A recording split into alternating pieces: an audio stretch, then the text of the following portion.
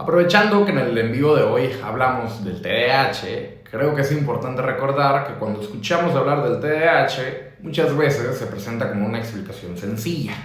Una persona tiene un cerebro diferente y por eso se distrae, procrastina o tiene dificultades para concentrarse. Pero desde una perspectiva diferente, la pregunta es un poco más amplia. En lugar de preguntarnos nomás qué ocurre dentro del cerebro, también nos preguntamos qué ocurre entre la persona y su contexto, o sea, el entorno, porque las conductas asociadas al TDAH no aparecen en el vacío. Por ejemplo, una persona puede pasar horas concentradas en un videojuego, en un libro, en conversaciones interesantes o en algún tema que le apasiona, que a los que más le saben a esto dirán que es el famoso hiperfoco.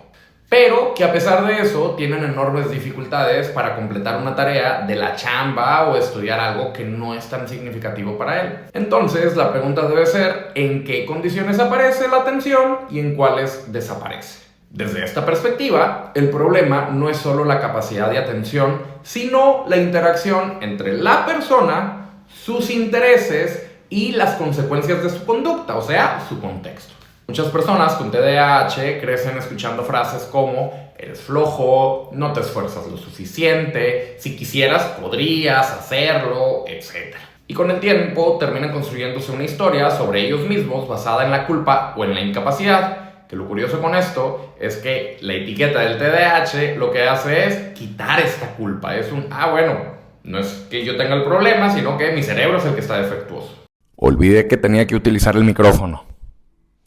Pero el contexto importa. No es lo mismo intentar organizarse en un ambiente estructurado que en uno más caótico. Ni tampoco es lo mismo recibir apoyo que recibir críticas constantes.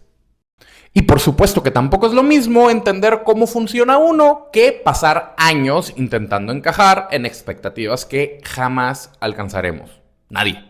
Entonces, el objetivo no es convertir a alguien en una persona perfectamente organizada o completamente productiva, sino ayudarla a desarrollar estrategias que funcionen para su vida. Porque tener TDAH no significa estar roto, ni tampoco significa que todo en tu vida esté determinado por una etiqueta diagnóstica. Un diagnóstico puede ser útil para comprender ciertos patrones, pero jamás explica por completo quién eres. Así que recuerda que no es una enfermedad. No tiene que ver con que haya algo malo en tu cerebro, sino que son patrones de aprendizaje que pues podemos ver qué hay ahí. Y bueno, me di cuenta que tengo que hablar un poquito más bajito o el micrófono más abajo, pero ya después no se ve. Bueno, si quieres saber más de mí, sígueme en mis redes sociales o pues me puedes mandar un mensaje.